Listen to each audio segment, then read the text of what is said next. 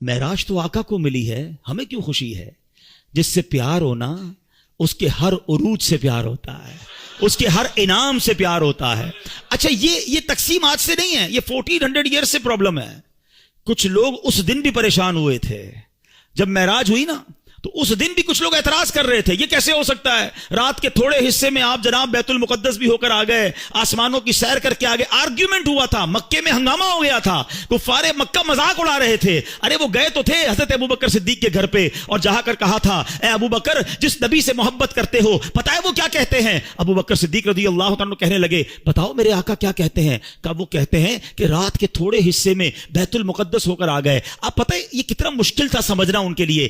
عقل یہ کہتی ہے کیونکہ بیت المقدس کی جو جرنی تھی فرام مکہ ٹو فلسطین، اٹس اباؤٹ 1 month جرنی، 1 مہینے کا گھوڑوں پر اونٹوں پر سفر تھا، مہینہ جانا مہینہ واپسی، اور رات بھی نبی پاک یہاں ہیں، فجر میں بھی یہاں ہیں، اور دعویٰ یہ ہے کہ میں رات ہو کر آیا ہوں۔ بڑا شور مچا، سبحان اللہ۔ صدیق اکبر نے کہا اگر میرے آقا فرماتے ہیں تو سچ فرماتے ہیں، آقا فرماتے ہیں تو حق فرماتے ہیں۔ اچھا لوگوں نے بڑا آرگیو کیا، اے ابوبکر یہ تم کیسے کہہ سکتے ہو؟ یہ تھوڑی دیر میں اتنا بڑا سفر کیسے ہوا؟ حضرت ابوبکر صدیق نے کمال کا جواب دیا، کہتے ہیں میں تو اس سے بڑی بڑی باتیں بھی مانتا ہوں۔ وہ کہتے ہیں رب ایک ہے، میں نے دیکھا نہیں، میں مانتا ہوں ایک ہے۔ وہ کہتے ہیں جبریل قرآن کی آیت لے کر آتے ہیں، میں نے دیکھا نہیں جبریل کو قرآن لاتے ہوئے، قرآن میں نے مانا رب کی کتاب ہے۔ نہ قیامت دیکھی، نہ جنت دیکھی، نہ دوزخ دیکھی، جب میں تمام چیزوں کو بن دیکھے مانگتا ہوں، تو جب میرے آقا فرما رہے ہیں تو سچ فرما رہے ہیں۔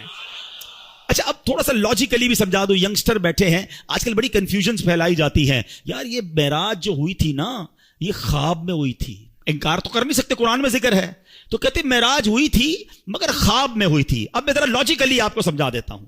آپ کا بچہ صبح اٹھے آپ کے برابر میں سویا ہو اور کہ ابو رات میں لندن بھی گیا تھا، امریکہ بھی گیا، پھر آنکھ کھلی تو آپ کے برابر میں سویا تھا، تو آپ کیا کہیں گے؟ بیٹا سو جا، میں بھی رات بھر گھومتا ہی رہتا ہوں، کوئی مسئلہ نہیں ہے۔ خواب میں تو ساری دنیا ہی گھوم رہی ہے نا، تو اس میں اچھا اب مزے کی بات دیکھو، جو 27 رجب کی صبح مکے میں آرگیومنٹ کریٹ ہوا، سچ بات بتاؤں یہ ہمارا بھلا ہو گیا۔ مجھے ایک بتاؤ بات جھگڑا کیا ہوتا اگر نبی پاک یہ اعلان فرمایا ہوتا میرے آقا نے کہ میں خواب میں بیت المقدس گیا ہوں، تو پھر اعتراض کس بات کا ہے؟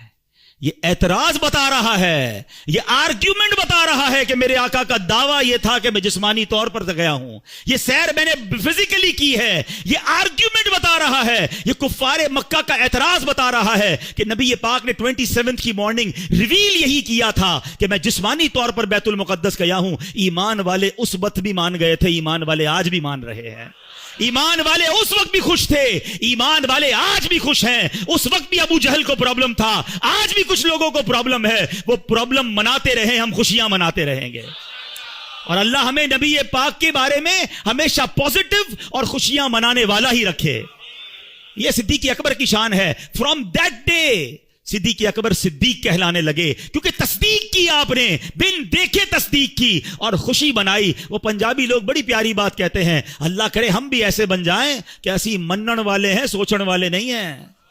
مجھے ایک بات بتاؤ، کویسچن تو وہ کرے جس نے باقی ساری چیزوں میں کویسچن کیا ہو، اللہ کو ہم میں سے کس نے دیکھا ہے؟